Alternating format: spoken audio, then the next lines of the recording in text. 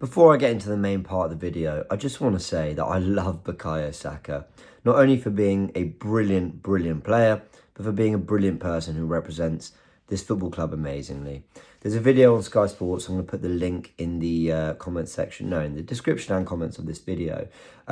He visited his primary school and met the kids. It was so I find these things emotional. The kids were doing a presentation on why Bukayo Saka was their role model as Bukayo Saka comes in, and you hear the way they speak about him. You hear about some of the things he achieved at school. It's just a really beautiful moment, and I really encourage everyone to go watch it, because it's the things that are really important about football, that really matter, that don't get the coverage and don't get talked about. I've always said, yes, winning trophies, that is the pinnacle on the pitch, but football has a massive impact off it.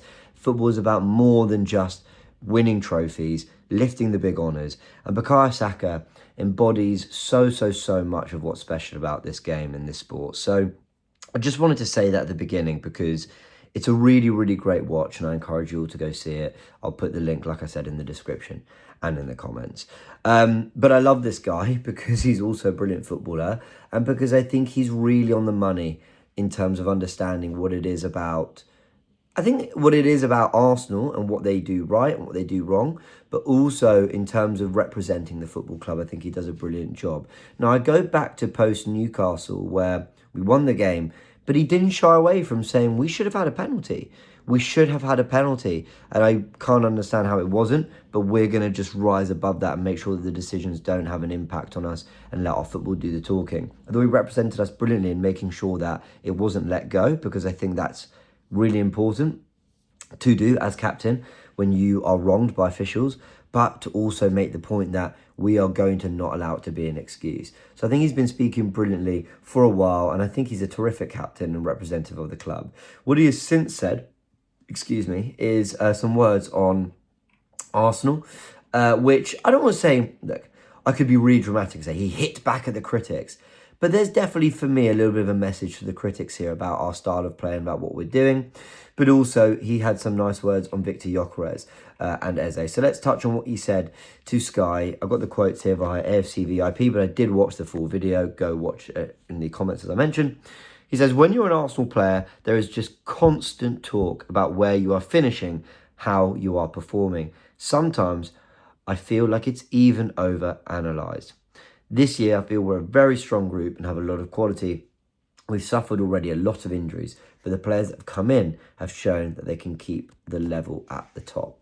Now, this is really important for a few things. Firstly, I think that first bit is absolutely true, and it's something I touched on with Sharoy, basically, maybe in a more roundabout way. But when he says, when you're an Arsenal player, there's constant talk about where you're finishing, how you're performing. It's what I basically said about media rage baiting and the general kind of constant posting about Arsenal. We are a massive fan base. We are a massive football club. Whatever we do, good, bad, whatever, indifferent, we get talked about. Last year, we were berated more for finishing second than other clubs who finished near the relegation zone, or others who weren't in the title race at all, despite the money they've spent. People talk about Arteta needing to deliver, despite, because of the money he spent, how long the project's going, but ignore how many clubs have failed in their projects, have had to start again and again, spend similar money, and don't look anywhere near to being on the trajectory that Arsenal have been on the last 5 years. Arsenal have imperfections, Arsenal have problems, and I talk about them on my channel. I am critical of the team when I feel I need to be. But there is absolutely an overanalyzing, and maybe to a degree I'm guilty of that bit, the overanalyzing.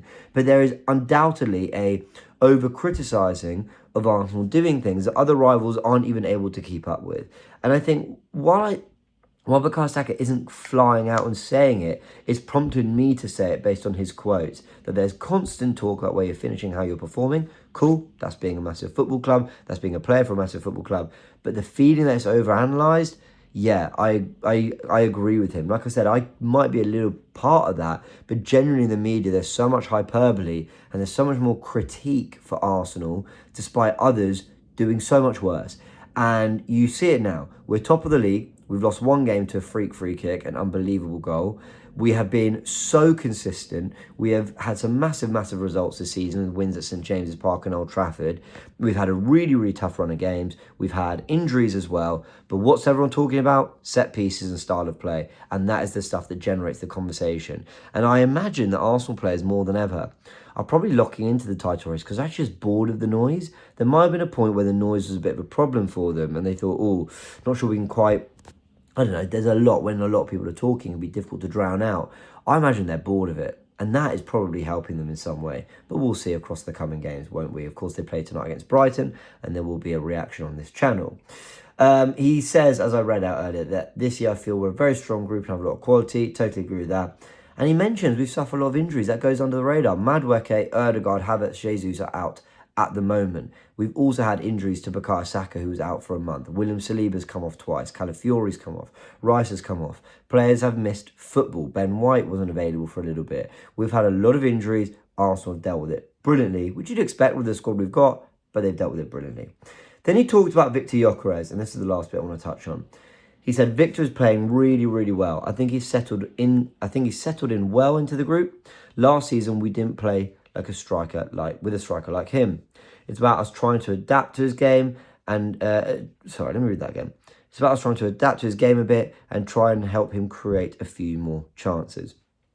Now, Bukayo Saka, I know, is always going to say on a Sky interview that Gyokeres is playing well and that they're really happy with his teammate. Of course he's going to say that.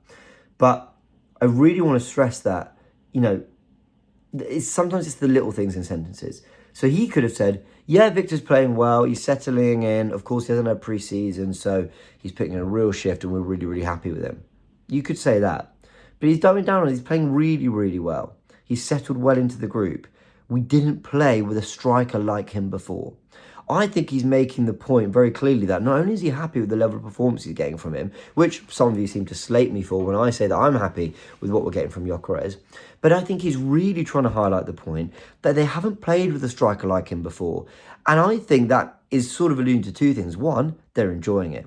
I think he's almost saying, like, we haven't kind of played with this before, we're kind of liking it. But I also think he's trying to say, we are totally and utterly adjusting and adapting to him. And when we see players, so many across not only this season and this summer, but across many years, struggling to adapt or taking time to adapt to a new league, why would we be more, why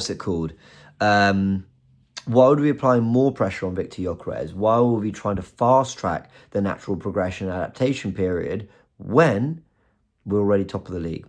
Now, I always said that if we were going to sign Gyokeres, Arsenal need to adapt to him.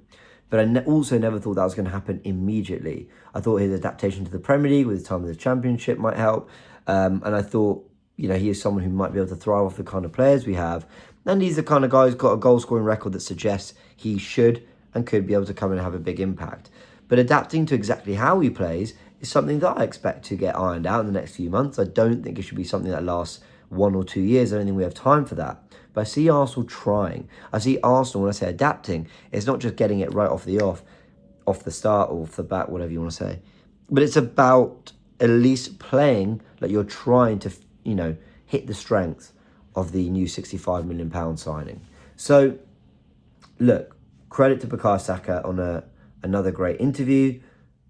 Credit to him for the person he is, for the player he is.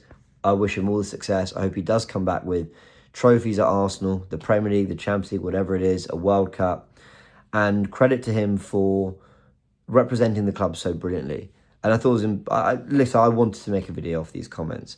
It's not exactly big breaking news, but I just thought it was something worth talking about. Let me know your thoughts in the comment section below, people. The news update there is that Bukayo Saka's done an interview, and I think has spoken really well on all things Arsenal, especially Victor Gyokeres and more. All right, show some love for Bukayo Saka. Go watch the video. I'll catch you all in a bit.